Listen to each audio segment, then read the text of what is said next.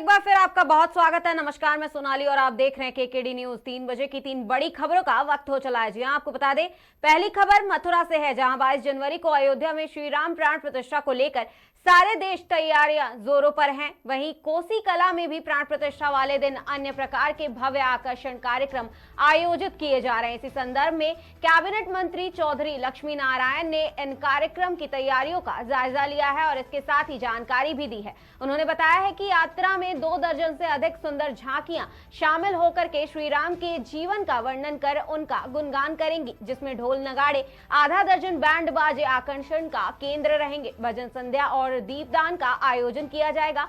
इस यात्रा में 2100 महिलाएं कलश लेकर चलेंगी। बैठक में कैबिनेट मंत्री चौधरी लक्ष्मी नारायण ने बताया है कि 22 जनवरी को अयोध्या मंदिर में श्री राम प्राण प्रतिष्ठा के दौरान शोभा यात्रा निकालकर मिनी अयोध्या की झलक नजर पेश की जाएगी। इसके साथ ही कोसी कला के रत्नाकर कुंड के चारों तरफ घाट पर 21,000 दीपों से दीपदान कार्यक्रम भी किया जाएगा।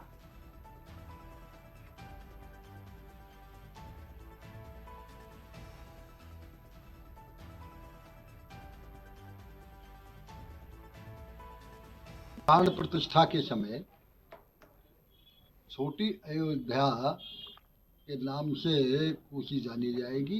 ऐसे दर्शन कोसी कला में होंगे। प्रोग्राम 1 बजे से प्रारंभ होगा।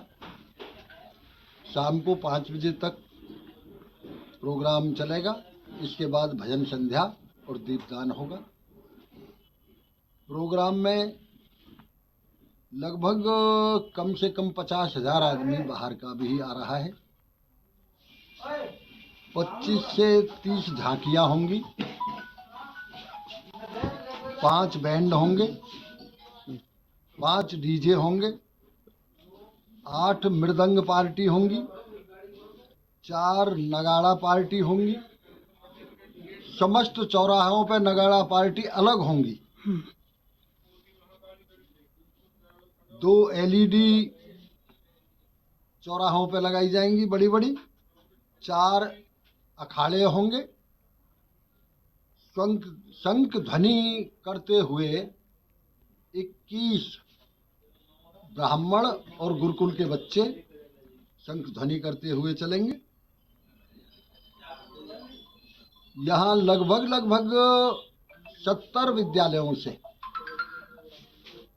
उस दिन करीब 5,000 छात्र छात्राएं भी इस में शामिल होंगे। 2100 महिलाएं कलश लेके सिर पे नगर में भ्रमण करेंगी। इसके अलावा उस दिन पूरे शहर में फूलों की वर्षा होगी। जैसे ही झांकियां निकलेंगी और जुलूस के रूप में समस्त नगाड़े और महिलाएं निकलेंगी, तो पूरे नगर में फूलों की वर्षा होगी। भगवान राम जब अयोध्या वापस आए होंगे, निश्चित रूप से हम उस जमाने में जरूर होंगे। ये नहीं कह सकता मैं कि हम मनुष्य के रूप में थे या किसी अन्य रूप में थे, लेकिन मैं ये कह सकता हूँ कि जितना भव्य भगवान राम के लंका विजय प्राप्त करने के बाद अयोध्या में मना होगा और अयोध्या के अलावा और देश में मना होगा, उससे ज़्यादा भव्य भगवान रामलला की प्राण प्रतिष्ठा 22 जनवरी को अयोध्या में भी मनेगी और पूरे उत्तर प्रदेश के साथ साथ कोसी कला में सबसे भव्य आयोजन किया जाएगा। प्राण प्रतिष्ठा के समय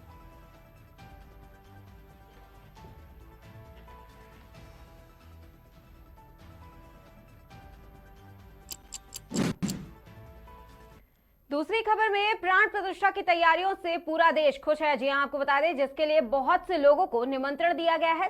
इसी के साथ रामायण सीरियल में राम का चरित्र निभाने वाले अरुण गोविल, सीता का किरदार निभाने वाले दीपिका चिखलिया और लक्ष्मण की भूमिका निभाने वाले सुनील लहरी को भी प्राण प्रतिष्ठा कार्यक्रम का न्योता मिला है। वहीं प्रेस कॉन्फ्रेंस में अरुण गोविल ने कहा है कि अयोध्या में बरसों इंतजार के बाद राम मंदिर बनकर तैयार है, जिसमें लंबे समय तक श्री राम लला टेंट में रहे, फिर कांच और लकड़ी से बने अस्थायी मंदिर में शिफ्ट हुए। अब प्रधानमंत्री नरेंद्र मोदी यजमान बनकर श्री राम लला की प्राण प्रतिष्ठा करेंगे।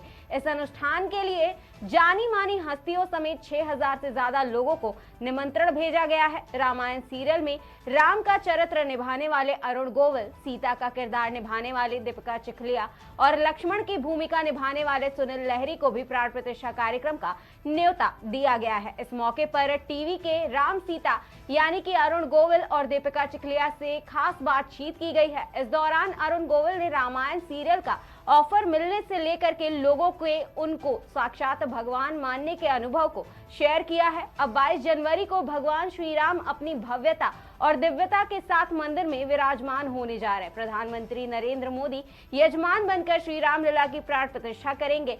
इस अनुष्ठान के लिए जानी मानी हस्तियों समेत 6000 से ज्यादा लोगों को निमंत्रण भेजा गया है। रामायण सीरियल में राम, सीता और लक्ष्मण का चरित्र निभाने वालों को भी प्राण प्रतिष्ठा कार्यक्रम के लिए न्योता भेजा गया है। सर वो भी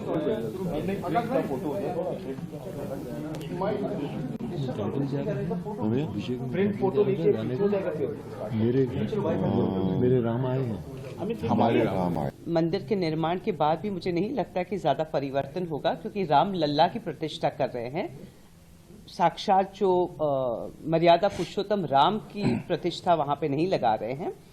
तो हिंदुस्तान के लोगों ने, भारत के लोगों ने बहुत प्यार दिया है हम सभी को, रामायण के सभी किरदारों को, और मुझे लगता है ये वो कंटिन्यू करते ही रहेंगे और ऐसा प्यार हमें मिलता ही रहेगा। हमारे राम आए हैं सॉन्ग आ रहा है, 22 को रिलीज होगा, उसके लिए क्या कुछ कहेंगे? मैं उनको मेरी शुभकामना है। अभिषेक जी को, बहुत अच्छे प्रोड्यूसर हैं, बहुत अच्छे कम समय में हम सबको एज एक्टर्स इस सॉन्ग के लिए उन्होंने लॉक किया एंड बहुत हंसी खुशी से हम लोग ने ये गाना किया। ये गाना हमने 2 दिन में शूट किया। रात को शायद 3 बजे हमने पैकअप किया। हम लोग हनुमानगढ़ी, लता मंगेशकर चौक और पहले दिन तो हम गुप्तार घाट पे थे। बहुत अच्छे तरीके से लोकेशन उन्होंने सिलेक्ट किए हैं और ऑल्सो बहुत अच्छे एपिसोड्स उन्होंने लिए हैं। शबरी का लिया है, हनुमान जी का एंट्री ली है, तो बहुत सुंदर तरीके से पूरी रामायण वो दर्शा रहे हैं वो 1.5 मिनट के गाने में। So we are very happy, I am very happy कि मैं उनके साथ मैं एसोसिएट कर रही हूँ। ये मेरा तीसरा गाना है, मेरे घर आए राम। ये है हमारे घर आए राम, लेकिन ये मेरे लिए ये तीसरा गाना है और मेरे 2 गाने तो बहुत सुपर हिट हुए हैं एंड मुझे पूरा कॉन्फिडेंस है कि ये वाला गाना उसको भी सरपास कर जाएगा। बताइए क्या प्राण प्रतिष्ठा समारोह का 22 तारीख का दुनिया पर क्या असर पड़ने जा रहा है, आपको क्या अनुभव है? प्राण प्रतिष्ठा श्री राम मंदिर में हो रही है और मेरा जो अपना ख्याल है वो ये है कि ये जो राम मंदिर है ये हमारा राष्ट्र मंदिर साबित होगा। पूरे विश्व में वो संस्कृति जो पीछे थोड़े कुछ वर्षों में थोड़ी धूमिल हो गई थी, वो फिर से एक संदेश जाएगा। पूरे जो हमारी विरासत है ये संस्कृति, ये पूरे विश्व को पता लगेगी। ये मंदिर हमारा प्रेरणा स्रोत होगा विश्व के लिए। हमारी अपनी आस्था का केंद्र तो है ही, हमारा ये गौरव होगा, हमारी पहचान बनेगी इससे विश्व में। और जो हमारे मॉरल्स हैं जो सभी को अपनाने चाहिए, वो इससे सबको मिलेंगे। आज इतने लोग जो हम लोग हैं, जो सनातन धर्म को मानने वाले लोग हैं, भारतीय लोग हैं, वो तो मंदिर में उस दिन दर्शन करना चाह ही रहे हैं, लेकिन पूरा विश्व ये देख रहा है कि ये क्या हो रहा है और वो पूरा विश्व उस दिन यहाँ आना चाहता है ये जानने के लिए कि ये जो हम सुन रहे हैं क्या ये संभव है ऐसा होना।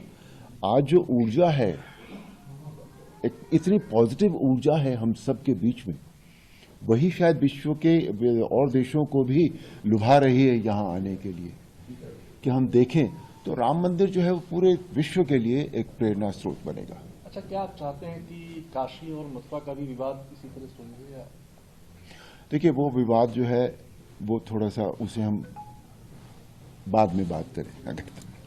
आज जो यहाँ रेलेवेंसी है, नहीं, आज जो यहाँ वो हर चीज का एक अपना समय होता है, अपने समय पर वो होती है चीज जरूर। हम कर्म करते हैं, प्रयत्न करते हैं, पर समय हर चीज का आता है ना। तो आपने भगवान कृष्ण, भगवान राम के पात्र को जिया है जी, और अब उसी भगवान राम के प्राण प्रतिष्ठा में आप शामिल होने जा रहे हैं। क्या आपने कोई सोचा था कि ऐसा दिन आएगा? मंदिर बनेगा ये तो जरूर पता था, बिल्कुल, विश्वास है ना, ये विश्वास था पूरा। प्राण प्रतिष्ठा इस तरह से होगी, इतना बड़ा इवेंट होगा ये, इसका अंदाजा नहीं था, लेट मी टेल यू, क्योंकि मेरे अपने जीवन की ये सबसे बड़ी घटना है। तो ये इस तरह से होगी, इतना ऊर्जा होगी इसमें, पूरा देश राममय हो जाएगा, पूरा विश्व जहां जहां भी राम को मानने वाले लोग हैं, इसकी कल्पना नहीं थी। इसलिए ये जो अनुभूति है ये बहुत सुखद अनुभूति है, बिल्कुल, कि हम एक ऐसे पल के साक्षी बनेंगे जिसके विषय में हमने सोचा नहीं था कि उसका मैग्नीट्यूड इतना होगा, इतना बड़ा। सुनील जी आपने तो भगवान राम के अनुज का किरदार निभाया था जी, और आप उसी मंदिर में आप जो प्राण प्रतिष्ठा होने जा रहे हैं, क्या आपने कभी सोचा था कि इस किरदार को निभाने के बाद हम सिर्फ उस मंदिर में जहाँ प्राण प्रतिष्ठा हो रही, जहाँ भगवान ने जन्म लिया था, वहां आप पदार्पण करेंगे? आप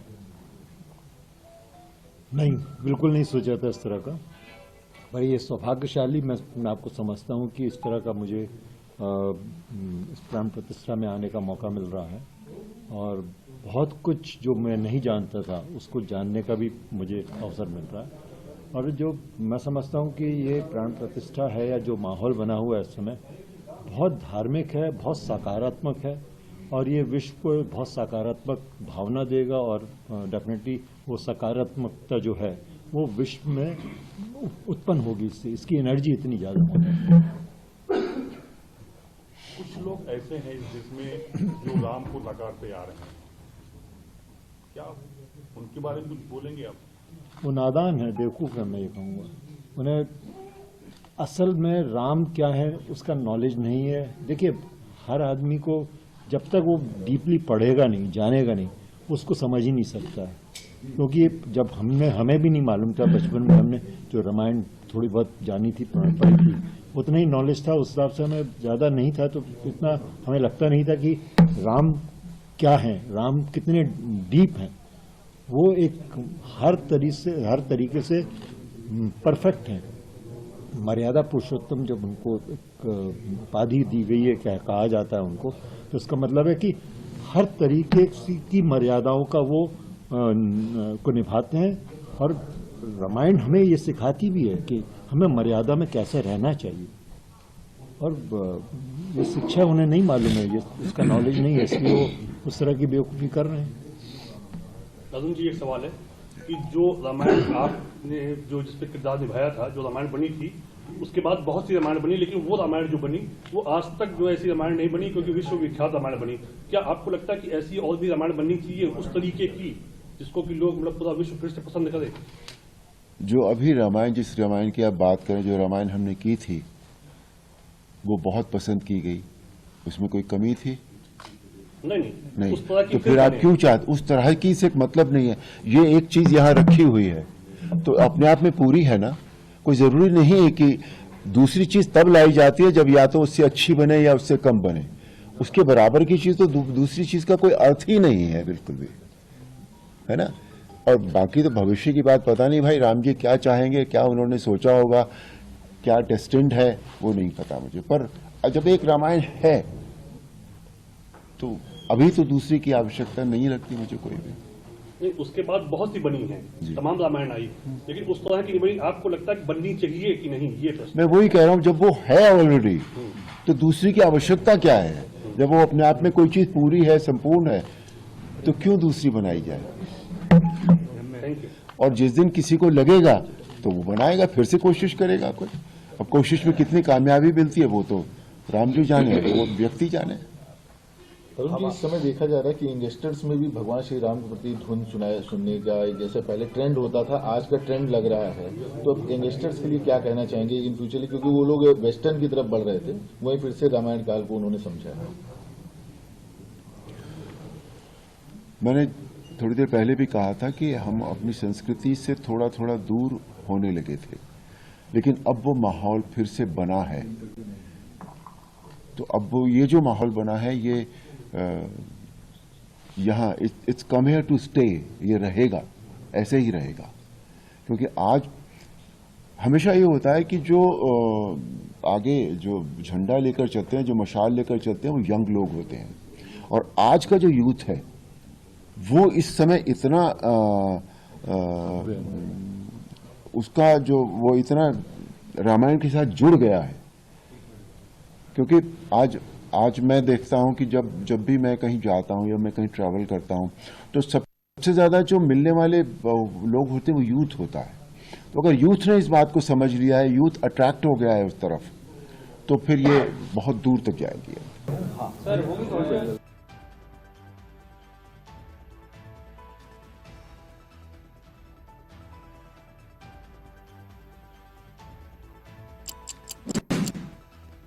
खबर अयोध्या से है, जहां भोले भंडारी सेवा मंडल मुरादाबाद की तरफ से श्री राम लला प्राण प्रतिष्ठा कार्यक्रम को लेकर रामघाट में राम भक्तों के लिए भंडारे का आयोजन किया गया है। बता दें कि ये भंडारे का शुभारंभ 14 जनवरी मकर संक्रांति से कर दिया गया था, जिसके बाद ये भंडारा 20 फरवरी तक अनवरत चलता रहेगा। पिछले 20 वर्षों से अमरनाथ में भंडारे का आयोजन करता आ रहा है। वहीं विवेक अतर ने बताया है कि प्रभु श्री राम की प्राण प्रतिष्ठा कार्यक्रम को लेकर हम लोग इतना उत्साहित हैं कि हम कुछ कह नहीं सकते हैं। आपको बता दें कि इस भंडारे के अवसर पर भोला भंडारी सेवा मंडल मुरादाबाद के संरक्षक सहित अन्य कई लोग मौजूद रहे हैं।